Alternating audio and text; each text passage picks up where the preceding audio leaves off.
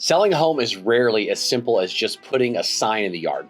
For many homeowners, it's emotional, stressful, and full of decisions, and can feel overwhelming. So before you even think about selling your home, ask yourself this: how much stress are you actually willing to handle? Are you willing to do everything it takes to get the highest price possible? Or are you looking for a simpler, less stressful exit? Because the truth is, selling a home can be traumatic if you aren't careful. And that trauma usually comes from trying to get every last dollar out of your property without considering how it can affect you, your partner, or your family. Let me tell you a story about a couple I recently worked with. I'll call them Jack and Ellen. They've lived in their house for nearly 50 years. Jack is the type who believes he can do everything himself. He thinks the house doesn't really need a fresh coat of paint. He's not willing to hire anybody for the repairs or the updates. Ellen, however, is concerned. She wants a house painted, some minor repairs done, and everything to look its best to appeal to buyers. Their real estate agent suggested the same, but Jack is stubborn, insisting that hiring help is unnecessary and that he can tackle the work himself. This is where most stress in selling comes from: disagreements like this. And the question you need to ask yourself isn't who's right, but rather, do we need the money or do we want the money? If you need the money, you may have no choice but to take on the stress, invest in repairs, and put the energy into getting the house into tip-top shape. But if you just want the money and you aren't willing to do the work, then you need to accept a lower sales price and understand that some tension or frustration is likely along the way. I like to think of this in terms of what I call the misery meter.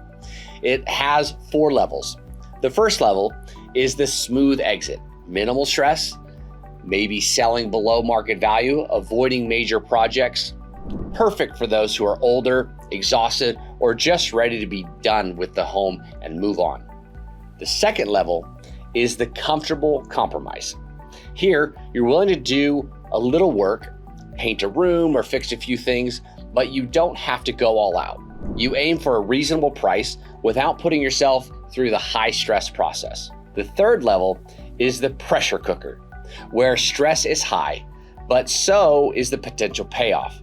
This is where sellers go all in, painting, repairs, staging, and doing everything possible to maximize their return.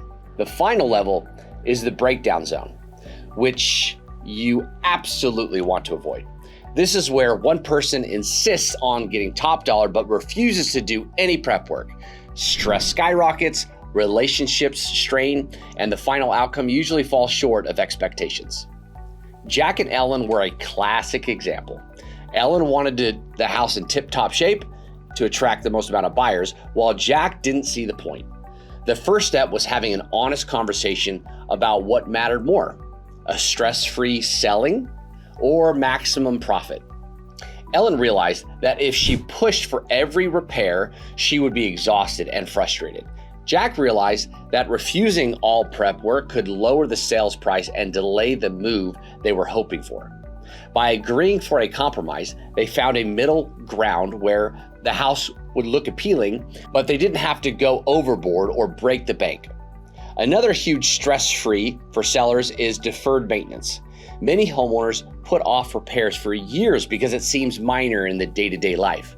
Broken doorbells, leaky faucets, cracked grout, outdated fixtures, all these add up.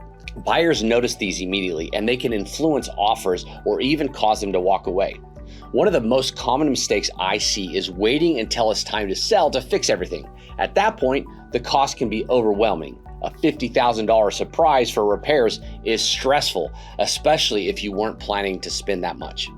Instead, think of maintenance as an ongoing process. Set aside a small annual budget, maybe $1,000 or $2,000 a year, to address small repairs and updates throughout the year.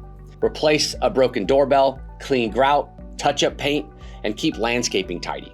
Over time, it not only keeps your home in great condition, it also reduces the stress when it's time to sell. You avoid those last-minute scramble, and your home consistently appeals to buyers. Let's get a little more specific.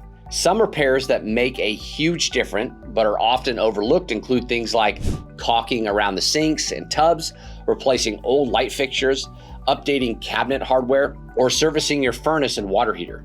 Even small things like fixing a loose handrail or a squeaky door can make a buyer feel like the house has been well cared for. When you present a home that feels well maintained, buyers are more likely to offer top dollar and less likely to nitpick over small issues. Having a trusted partner in the selling process is also crucial. This might be your spouse, an adult child helping you make decisions, or a real estate professional guiding you. A great agent does more than just list your house. They provide honest, experienced advice on what needs to be done, help you prioritize repairs, and create a plan that balances your goals with what buyers are looking for. Even if you're not looking to move for a few years, consulting an agent about maintenance and market trends can save you stress and help you plan ahead. The key takeaway is this: selling your home isn't just about money. It's about knowing your priorities, planning ahead, and being honest about how much stress you're willing to handle. More money usually comes with more work and more stress. Sometimes the smartest choice is not highest price, but a stress-free sale that lets you move forward with life comfortably. Before you list your home, take a step back, walk around the property like a potential buyer, look at what needs fixing, updating, or cleaning. Make a list, talk openly with your partner, and decide together where you want to fall in the misery meter. Decide whether you need the money or just want it. Then plan your repairs, updates, and prep work accordingly. Selling a home doesn't have to be traumatic. With the right mindset, preparation, and support, it can be a smooth, even enjoyable process. You'll walk away feeling confident, prepared, and ready for the next chapter of your life.